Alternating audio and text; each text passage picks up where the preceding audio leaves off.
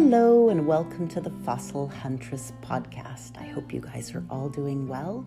Wherever you are in the world, today we're going to travel over Canada to her far west coast to the beautiful Eocene site of McAbee.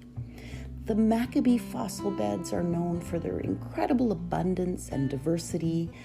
There's little insects, fish fossils, and a variety of plant fossils that speak to a much warmer time back in the Eocene of British Columbia. The McAbee Fossil Beds are one of my favorite places to collect in British Columbia, and I've actually been going there since I was a teenager. It's one of the sites that I used to visit with my mom and sister back in the day. And so this is an old lake bed setting around 53 million years old.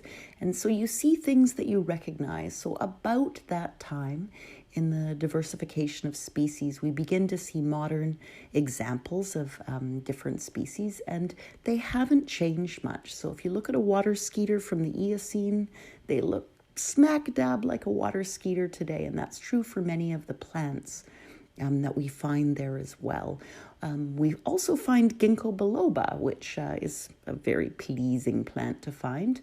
And we find other specimens that we would expect to see in a warmer, wetter setting. So McAbee is an easy day drive, a rather longish one-day trip. But it's about 4 hours drive from Vancouver. And I was up there this past August. So right now, the site is closed down, not just for COVID, but it was closed down to collecting because it's a very scientifically important site. So it was designated a provincial heritage site under BC's Heritage Conservation Act in July of 2012. And then it was reopened a little bit under the guidance of the Bonaparte Band. So I met up with Gail Piero and Leroy Antoine this past August. So I got some special permission to go up and take a boo around. As you drive to the site of McAbee, it's about 14 and a half kilometers outside of the town of Cache Creek. You see these really diagnostic hoodoos, which are like fingers of rock sticking out of the cliff, and I'll do up a post so you can see them for yourself. And so you drive up to the site. It's sort of a beige gray exposure, and with big scree cliffs where pieces are starting to break up. At some time in its life, the area was mined for kitty litter, so not a very noble end. Because some of those kitties would have been pooping on some Eocene fossils, but it's gone through quite a history. So Dave Langevin leased the space under a mineral claim, and then he brought John Leahy on board to begin opening up the site and really expanding the collecting. Both of those two beautiful humans have passed from this earth. I've got some funny stories about each of them, but the majority of both of their collections were donated to the Royal BC Museum. So you can still look through their eyes and see the fossils that they found, and they're quite spectacular. McAbee's part of a series of outcrops that we refer to as the Okanagan Highlands, although we stretch that term a little too far because it's about 1,000-kilometer arc of depressions and grabens and old lake bed settings. They're all Eocene, so they're all between 55 to 37 million years old. So we recognize a lot of the species in these sites as we know they're modern cousins. And so they extend from Washington State, northeastern Washington State, sites like Republic, and then across into Canada to Princeton, and then up through Kilchina, then to McAbee, and all the way north to Driftwood Canyon near Smithers. And so this was a time, so the Eocene was a time when it was much warmer on the earth than it is today. So the Greek word eos means dawn, And sino means new. So this was a new dawning of a new world. So the world we know today.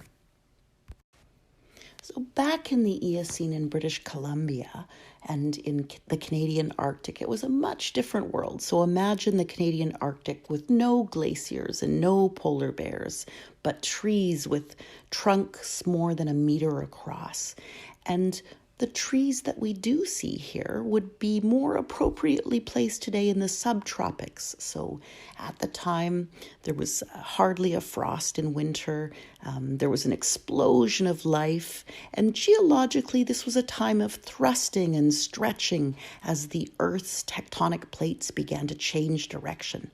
So the headlong movement of the Pacific plate into and under the North American plate slowed, and other small plates began to slide against the continent, releasing some of the pressure and creating crustal faulting and basins and fractures.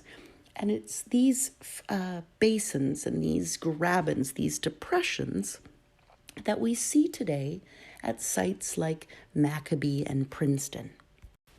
In places like Princeton and McAbee, these large depressions began to fill in with sediment, and so the leaves from the trees that flew through the air as they fell from those trees fell to these cool waters. Insects that were flying over top passed away and slipped down into the sediment, and it's a really fine type of sediment, so we see really tremendous preservation in the detail. We also see sort of half grabens, sort of half faulted areas in the true Okanagan Valley. And these were sort of doorways to the Earth's mantle, and they filled with water. And everywhere life was changing. So we've left the world of the Cretaceous and the dinosaurs at the end of the Cretaceous, and now we've entered the age of mammals and the diversity in tree and plant life that you recognize today. So the Eocene is the beginning of things that you recognize from your modern world. Outside of McAbee and the other Okanagan Highlands sites like the Florissant Fossil Beds National Monument in Colorado and Ellesmere Island in Canada provide a window, a lens into what was happening in the Eocene. And it's interesting in many ways, but it shows us what happens in terms of climate change. It shows what happens in terms of the diversity of fish and plants and insects. So it's interesting to compare these species across time, and it's also interesting to see what we find in certain sites and what we don't find in certain sites. The fossils we see at McAbee tell of a slightly more temperate climate and slightly cooler and wetter than the other Eocene sites to the south at Princeton and Republic in north central Washington. And also Chakanat and Skykomish in the Swak Formation. So the fossils preserved here we see as impressions or carboniferous films. And we see gymnosperms, about 16 different species, a variety of conifers, about 14 species to my knowledge, 2 varieties of Ginkgo Biloba, a large variety of angiosperms, so about 67 different distinct species, and then a huge number of insects and fish remains. And occasionally, if you're very, very lucky, a rare fossil feather. I've got 3 fossil feathers from McAbee. It's one of my special things that I love. And there's actually a woman working at not the Royal Tyrrell, but the Royal BC Museum right now, looking at Eocene feathers under a microscope and trying to discern some of their features and see if we can ID some of these discrete feathers to species. So I wish her luck.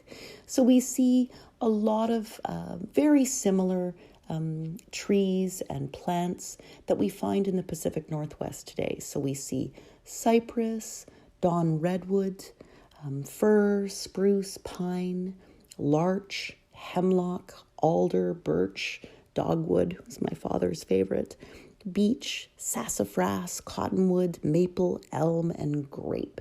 And we also find a lot of pollen. And when the leaves didn't preserve, we can still ID plants from their pollen. So that's very interesting. And we find a lot of it at McAbee.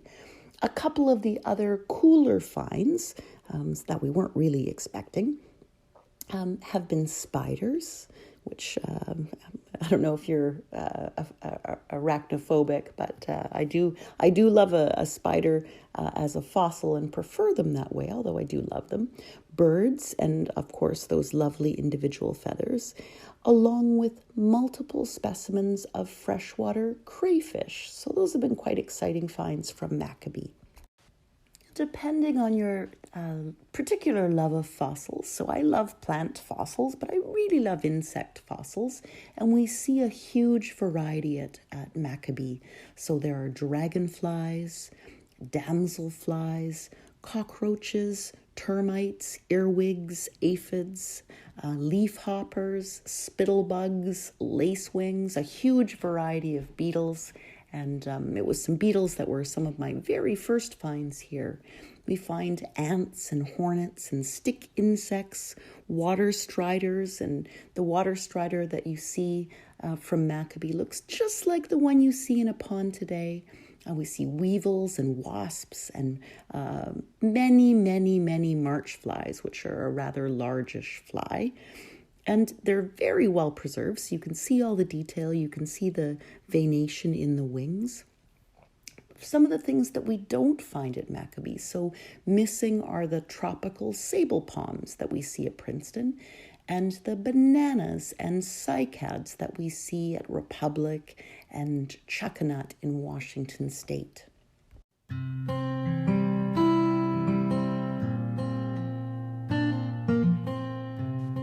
I hope that you one day get to go to McAbee, and I hope that I get to go back and see those exposures as they open up.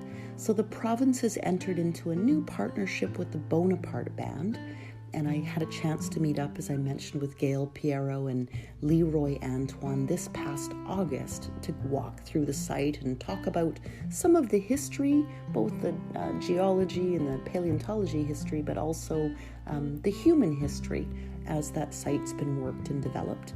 And they shared with me their spiritual and First Nations history of the site. It's part of their traditional territory, and it's been worked into some of their stories over time. So that was an interesting collaboration to really have a chance to hear their impressions of a site that I've known since I was a teenager, but to see it through someone else's lens who grew up there and walked those exposures was very interesting and a huge honor.